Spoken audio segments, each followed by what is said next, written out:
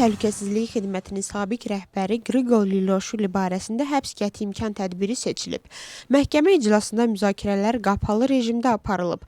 Prosesdə təqsirləndirilən şəxs Qriqor Liloşvili iştirak etməyib. Lakin onun vəkili qərardan apellyasiya şikayəti veriləcəyini bildirib. Qriqor Liloşvilinin saxlanılması siyasi dairələrdə də müzakirə mövzusuna çevrilib. Müxalifət nümayəndələri bildiriblər ki, hazırki həbslər və son dövrlərdə açılan cinayət işləri yalnız daxili klan qarşıdurması nəticəsidir.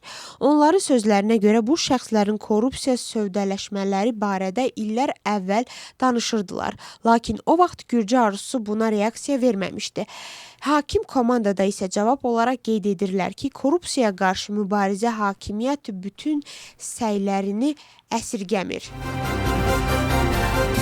Böyük Britaniyada isə ABŞ tərəfindən 5 nəfər viza məhdudiyyəti tətbiq edilməsinə cavab olaraq bildirib ki, ölkə söz azadlığını dəstəkləyir və onun qorunmasına sadiq qalır. Böyük Britaniya hökumətinin sözcüsünün sözlərinə görə bütün ölkələrin, o cümlədən ABŞ-ın da öz viza qaydalarını müəyyən etmək hüququ var. Bununla belə o qeyd edib ki, Britaniya interneti ən zərərli məzmundan qorumaq üçün çalışan qanunlar və institutlar dəstəkləyir. Avropa Parlamentinin prezidenti ABŞ tərəfindən keçmiş Avropa İttifaqı komissarı Thierry Breton və daha 4 Avropalıya qarşı tətbiq edilən sanksiyaları pisləyib. Roberta Metsola'nın sözlərinə görə, Thierry Breton və digərlərinə yalnız Avropa komissarının vəzifələrini icra etdiklərinə görə səyahət qadağası qoyulması qəbul edilməzdir. Metsola bu məhdudiyyətlərin tez bir zamanda ləğv edilməsini tələb edir. Xatırladaq ki, ABŞ Dövlət Departamenti Amerika onlayn platformaları materialların senzurası ilə məşğul olan 5 şəxsə ABŞ-a giriş qadağası tətbiq edib. Daxili İşlər Nazirliyinin Mərkəzi Kriminal Polis Departamentinin əməkdaşları külli miqdarda narkotik vasitənin qanunsuz əldə edilməsi, saxlanılması və satışa köməklik göstərilməsi ittihamı ilə 2 nəfəri saxlayıblar.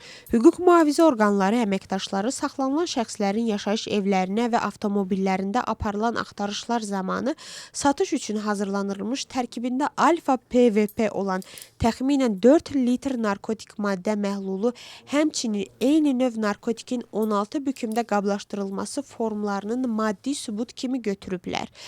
Törədilən cinayət 20 ilədək və ya ömürlük azadlıqdan məhrum etmə cəzasını nəzərdə tutur. Bugün Xristian dünyasının bir hissəsi Milad bayramını qeyd edir. 2 illik müharibədən sonra katoliklər Miladı yenidən Beytləhemdə qeyd ediblər. Minlərlə yerli sakin və turist Manger meydanında toplaşıb, Milad ağacı da geri qaytarılıb. Zəvarlar Xilaskarın doğuşu kilsəsində bir araya gəliblər. Vatikanda isə gecə yarısı Milad mesasını ilk dəfə Roma papası 14-cü Leo qeyd edib. Ayın müqəddəs Pyotr bazilikasında keçirilib, yüzlərlə insan iştirak edib. Papa mesaya qatıla bilməyən möminlərə də xeyir dua ilə yad edib.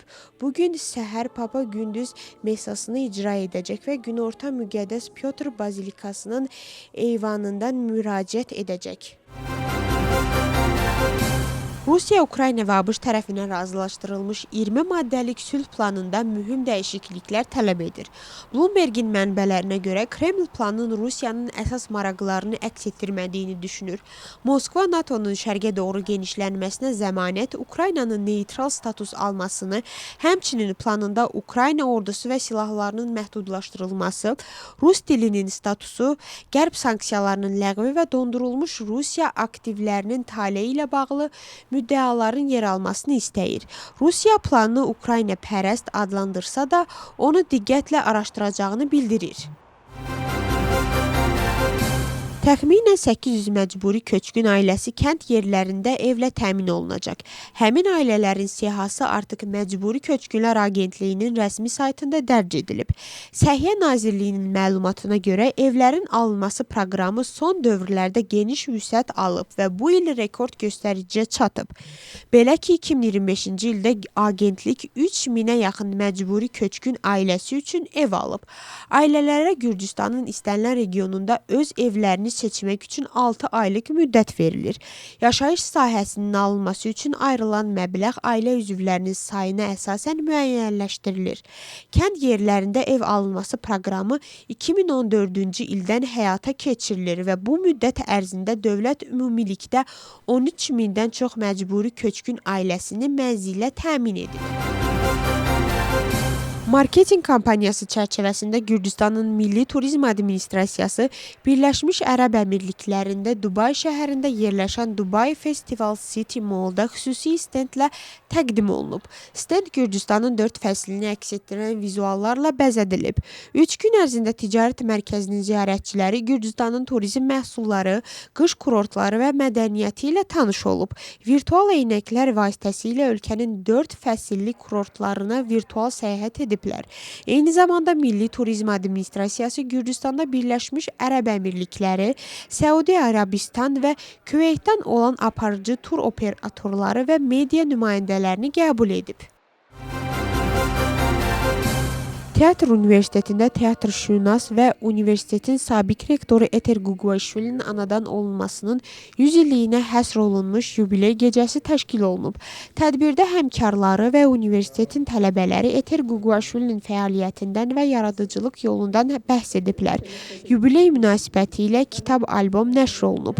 Universitetdə xatirə lövhəsi açılıb və tədris elmi arxivə Eter Guguaşvilinin adı verilib.